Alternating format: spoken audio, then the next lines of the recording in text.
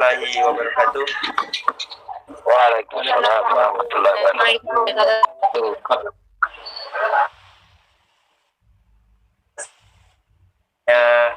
Untuk malam ini bagi yang sudah bergabung dan itu harapkan pada kakak-kakak sekalian agar kiranya mematikan dulu mikrofonnya karena materi akan segera lanjut, Kak. Jadi sekali lagi untuk kakak-kakak yang belum mematikan mikrofonnya agar ya, Kak.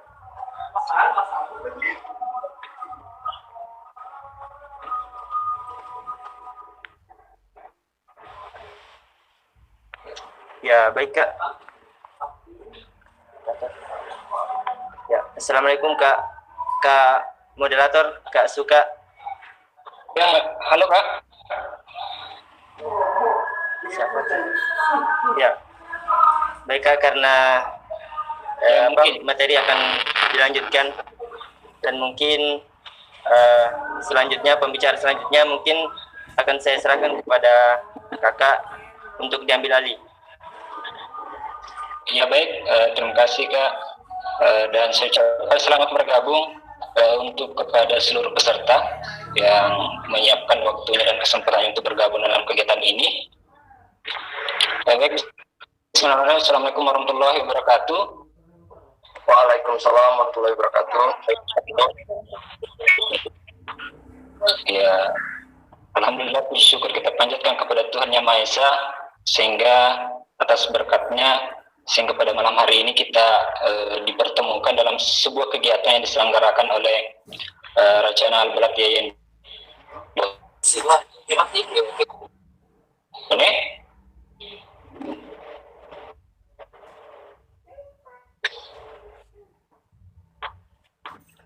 untuk itu Pak sekalian,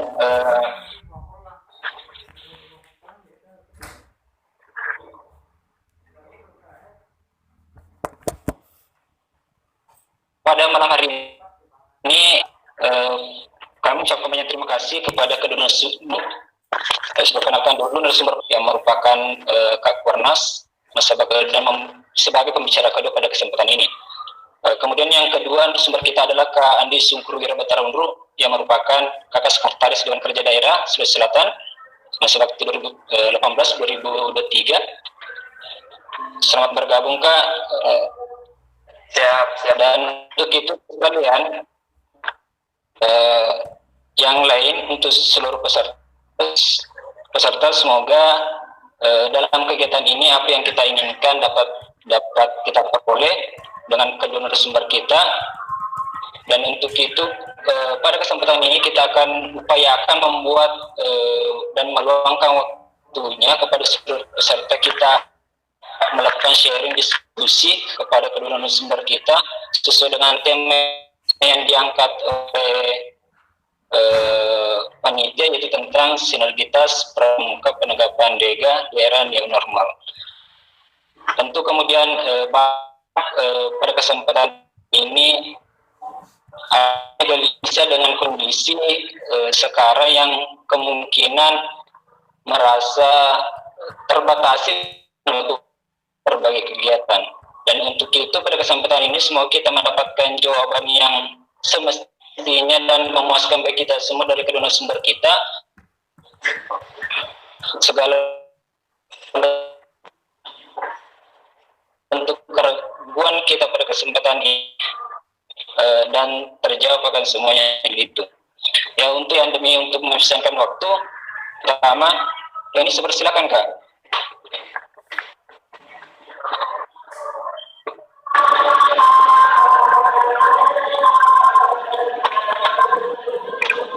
Halo Kak.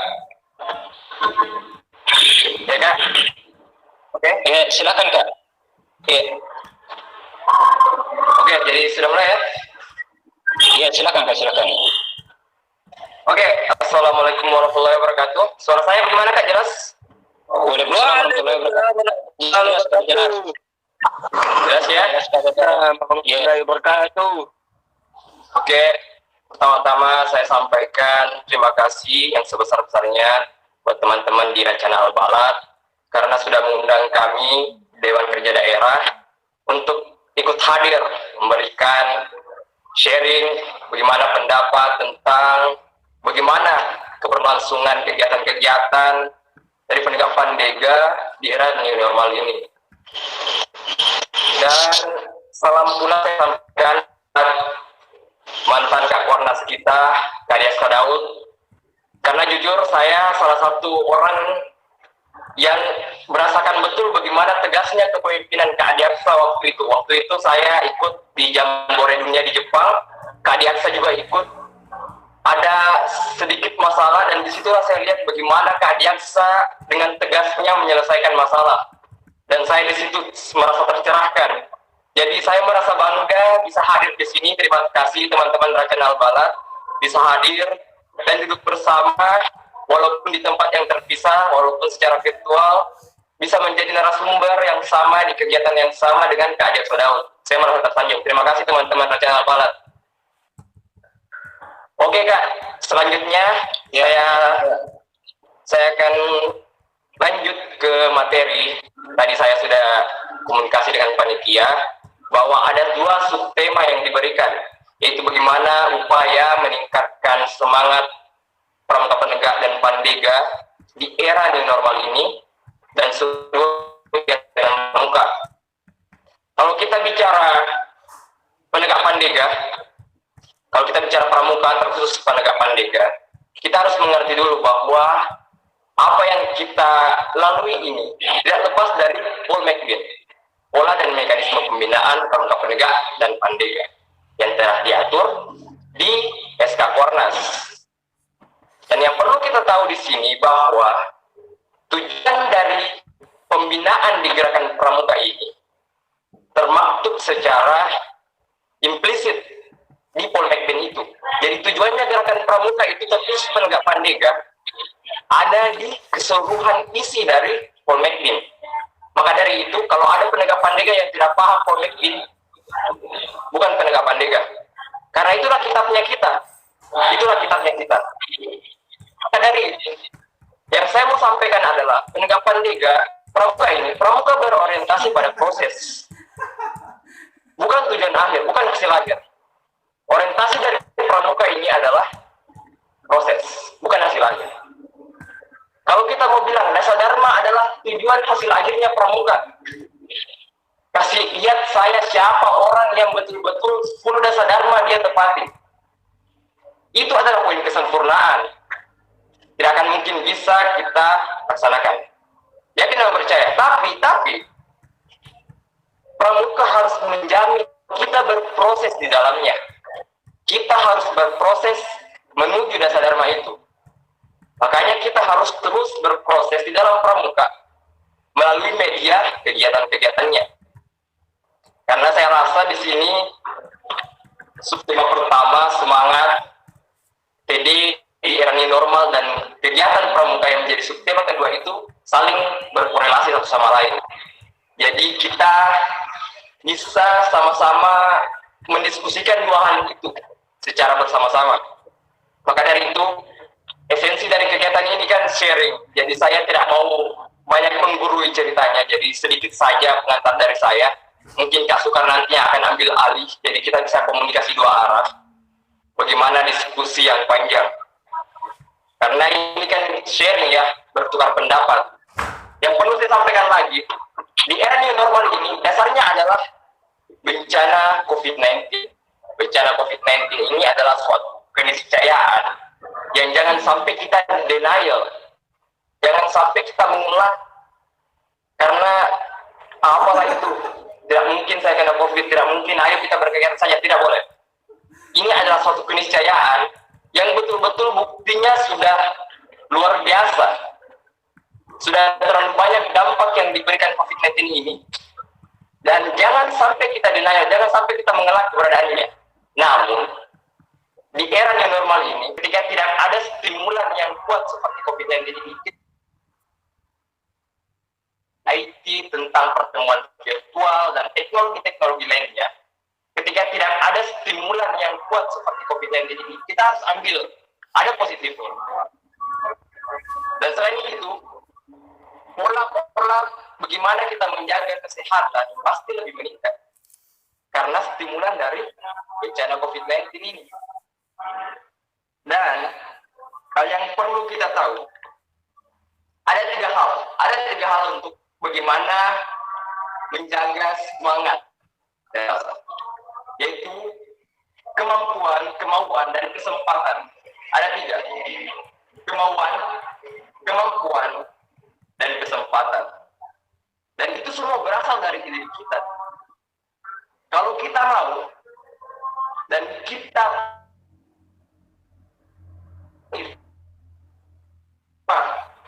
apa yang menghalangi kita? Sedangkan pemerintah sendiri sudah menerapkan secara detail bagaimana protokol kesehatan untuk mencegah COVID-19 ini menyebar.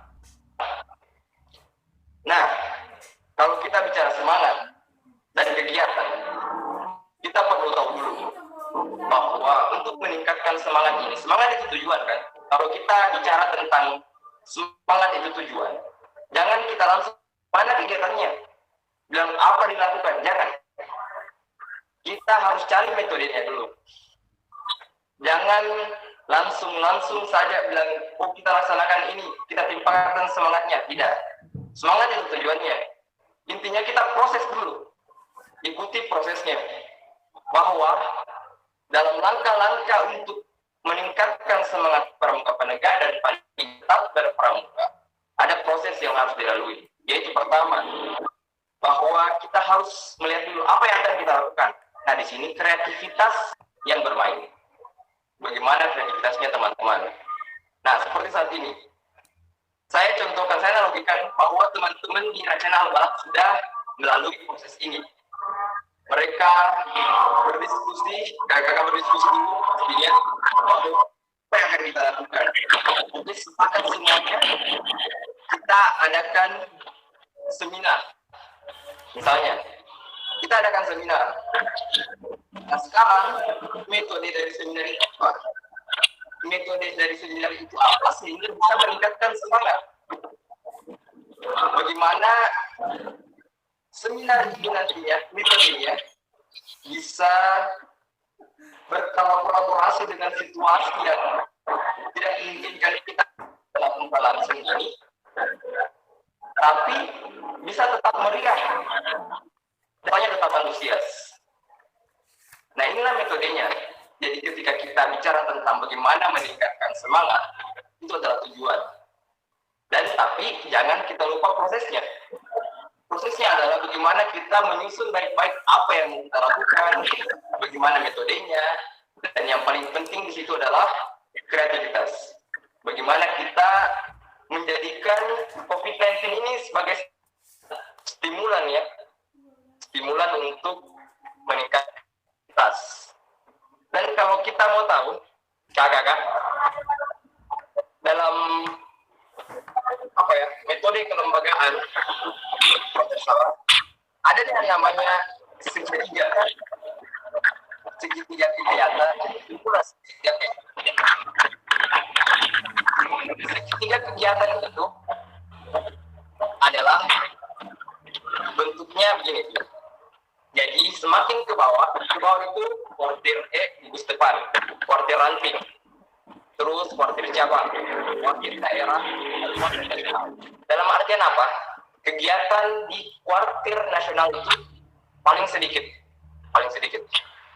Contoh saja, yang rem nasional dilaksanakan cuma 1 kali dalam 1 periode, PW nasional dan lain sebagainya. Turun lagi lebih besar sedikit.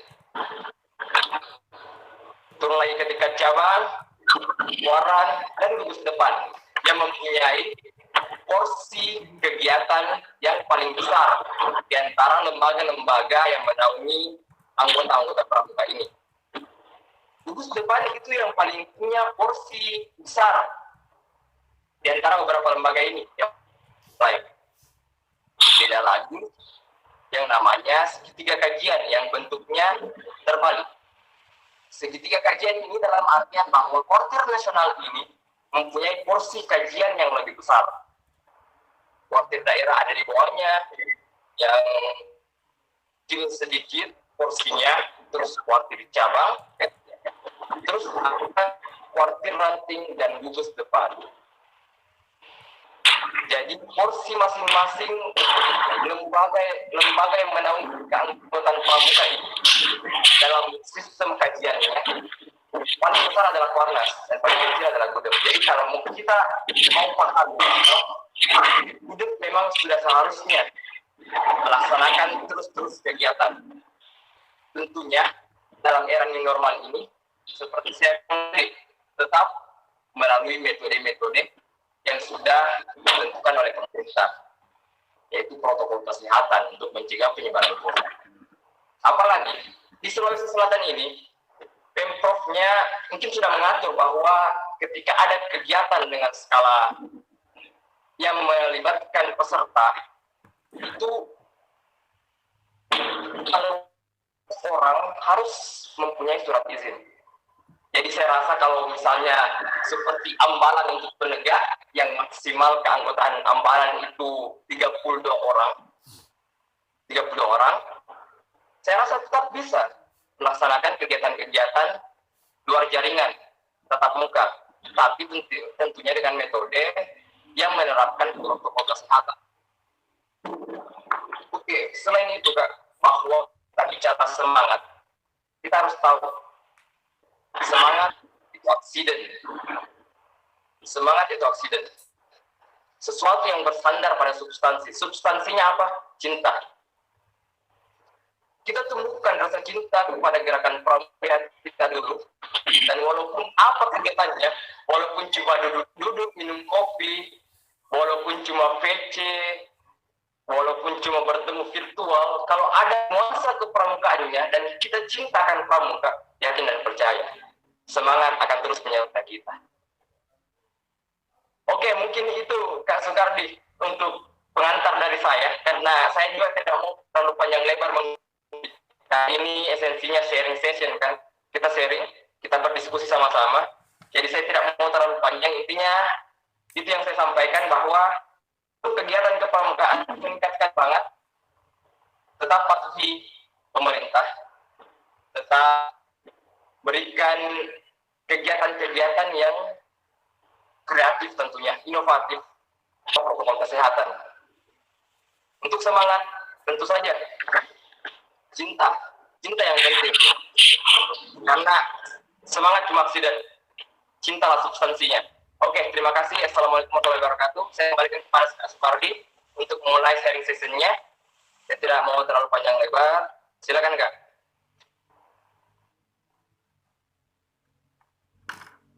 Kak Soekardi.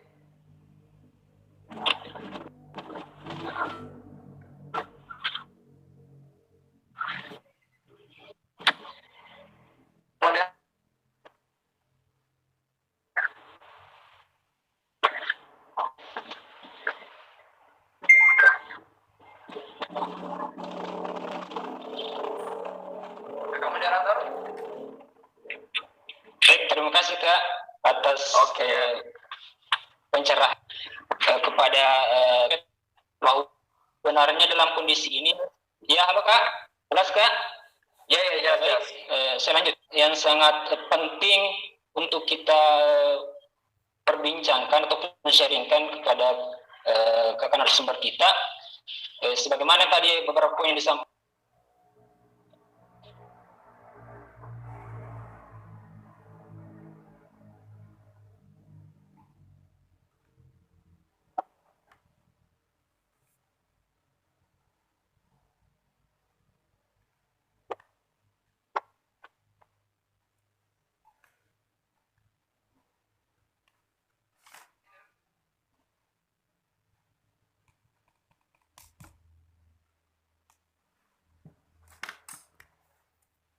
Kak Soekardi?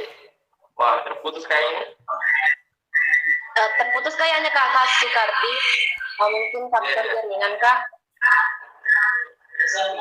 Baik Kak. Terima kasih atas kesempatan yang diberikan oleh Kakak moderator. Berbicara dari yang disampaikan oleh Kakak narasumber pada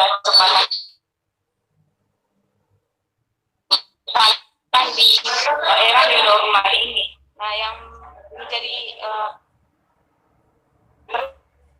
bagaimana sih menurut kakak materi mengenai kegiatan-kegiatan yang dilakukan yang berbasis semua basis daring, akan mengurangi eksistensi dari kegiatan kita di seperti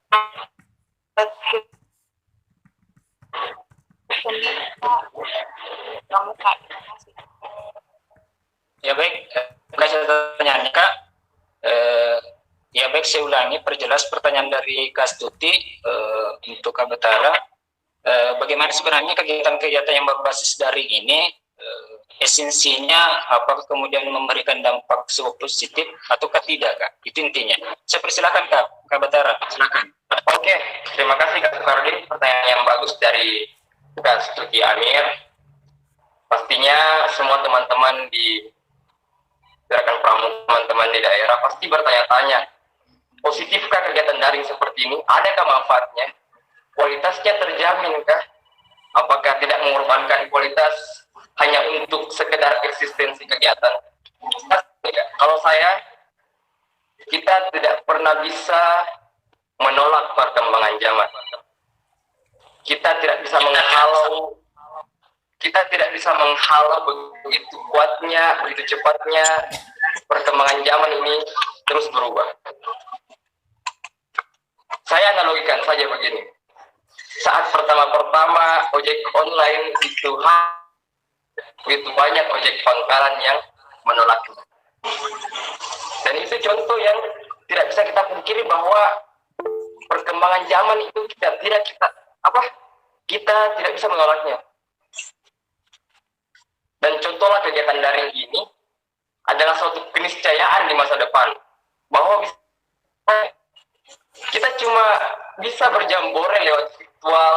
Bagaimana nanti sudah ada penelitian di mana kesadaran manusia sudah bisa dipindahkan ke mesin, ke internet. Bayangkan bagaimana nantinya bahwa kesadaran kita semua dipindahkan di internet dan kita berjambore di internet. Itu suatu keniscayaan dan kita tidak bisa menolaknya. Itu adalah perkembangan zaman. Jadi untuk kegiatan-kegiatan daring seperti ini, yang saya sampaikan tadi, prosesnya, metodenya, bagaimana cara kita tetap menjaga kualitas suatu kegiatan, walaupun dengan metode yang luring, daring, tatap muka, virtual, semua hanya media, semua hanya medium, semua hanya pengantar. Esensinya adalah kualitas. Bagaimana kakak-kakak ini, teman-teman di daerah, kakak-kakak di Racana, Ambalan, bisa tetap kreatif, inovatif untuk menjaga kualitasnya. Kalau kita mau menolak perkembangan zaman, kita bilang bahwa ini tidak pramuka banget kalau kegiatan pendiri pergerakan pramuka sendiri, pendiri gerakan kepanduan, Lord Baden-Powell pernah bilang bahwa pramuka tidak pernah terkejut, mereka selalu siap sedia. Dan disinilah bukti bahwa kita sudah siap sedia menghadapi bencana COVID ini. Ini adalah bukti bahwa bencana COVID bukan penghalang bagi orang-orang di pramuka, orang-orang yang dibesarkan di organisasi kita tercinta ini untuk tetap kreatif, memberikan kegiatan-kegiatan yang tetap berkualitas tanpa menghilangkan esensi dari gerakan pramuka. Oke, itu saja Kak dari saya. Saya kembalikan ke Kak moderator. Ya baik, terima kasih Kak atas jawabannya. Intinya penjelasan dari Kak Betara bahwa seorang pramuka harus belajar untuk mengikuti perkembangan yang ada dengan situasi yang ada. Karena pada dasarnya itu bukan hanya menjadi sebuah penghalang, tetapi itu merupakan sebuah media pembaharuan untuk kita lakukan. Nah, saya mungkin menyambungkan dari pertanyaan saudari penanya tadi Kak, kira-kira sebagai penggerak roda Dewan Kerja, khususnya Dewan Kerja daerah, kira-kira berkaitan tentang tema kita tentang kegiatan, solusi apa kira-kira yang bisa diberikan? Karena kita kan tidak mungkin hanya berbicara bahwa memanfaatkan media seperti ini tanpa melakukan sebuah gebrakan-gebrakan yang sifatnya memberikan pendidikan dan pelatihan kepada kakak-kakak khususnya di Gusepan, begitu Kak? Saya langsung jawab saya bilang seperti tadi Kak, bahwa ini era new normal. Kita tidak ada lagi halangan untuk bertatap muka, tapi tentunya dengan protokol kesehatan. Kenapa tidak? Kakak minta izin untuk bikin persami. Ambalan kan batasnya 32 orang. Ambalan ya. Ambalan itu batasnya 32 orang. Cuma 32 orang. Dengan protokol kesehatan, kita jabarkan baik-baik kepada kakak-kakak Mampigus selaku pengambil kebijakan ya. Karena kita ini di Ambalan cuma pelaksana teknis. Pengambil kebijakan tetap Mampigus. Kenapa tidak bahwa kita merekomendasikan kegiatan skala kecil dengan protokol kesehatan yang tetap muka? Tidak ada masalah kan? Protokol kesehatan itu sudah jelas dari pemerintah. Dan tentunya yang kedua, bahwa bulan ini sudah menjadi bukti yang besar bahwa pramuka bisa tetap berkegiatan walaupun bukan daring.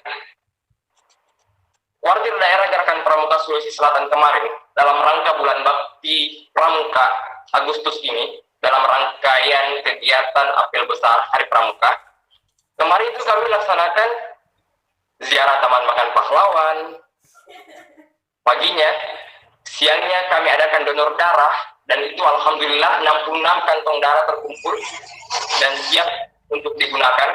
Dan malamnya kita melakukan ulang janji yang cukup meriah dengan satu catatan bahwa ini menggunakan protokol kesehatan.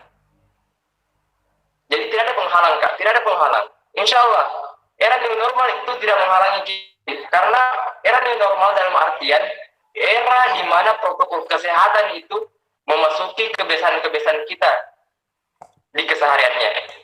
Jadi jangan takut Kak, kalau kita saja di pola segitiga itu, kuartir daerah yang lebih sedikit kegiatannya seharusnya daripada gugus depan tetap melaksanakan kegiatan, kenapa gugus depan tidak? Yang penting saya sampaikan protokol kesehatan Kak.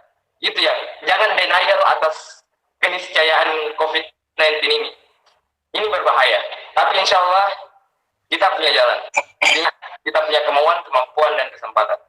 Terima kasih Kak. Baik. Terima kasih Kak atas jawabannya. Saya mungkin lanjut ke pertanyaan berikutnya karena sudah ada beberapa pertanyaan masuk ini Kak. Siap. Saya lanjut.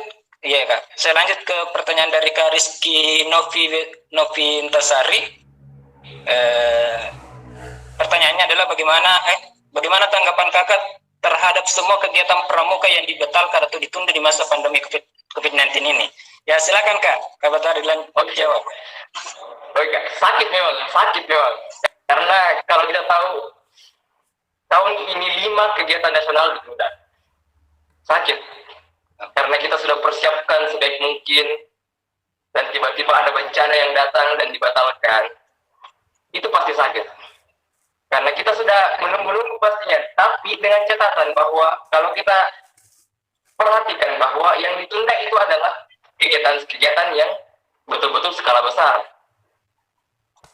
PW nasional misalnya. PW nasional itu pesertanya 5.000 sampai 10.000 orang. Bayangkan peserta sebanyak itu berkumpul di satu tempat. Jelas bahaya. Sedangkan pemerintah sendiri sudah memberi batasan 100 orang misalnya. Itu bahaya. PW daerah yang betul-betul kami ini, Dewan Kerja Daerah, pokjanya sudah selesai. Tim pokja sudah bekerja dan teknis dan segala macam sudah selesai. Tinggal eksekusi. Gagal. Kami target 2.000-an peserta. Gagal. Bukan gagal dalam artian kami tetap kami tidak mau melaksanakan lagi. Tim pokja tetap jalan. Cuma ditunda dulu. Apa persamaan dari kegiatan-kegiatan tertunda ini? Jumlah pesertanya membludak dalam satu tempat. Dan itu yang kita hindari. Namun saya rasa untuk kegiatan nasional dan kegiatan daerah jangan sampai menyurutkan semangat kita, karena ini kan cuma media pesta untuk bertemu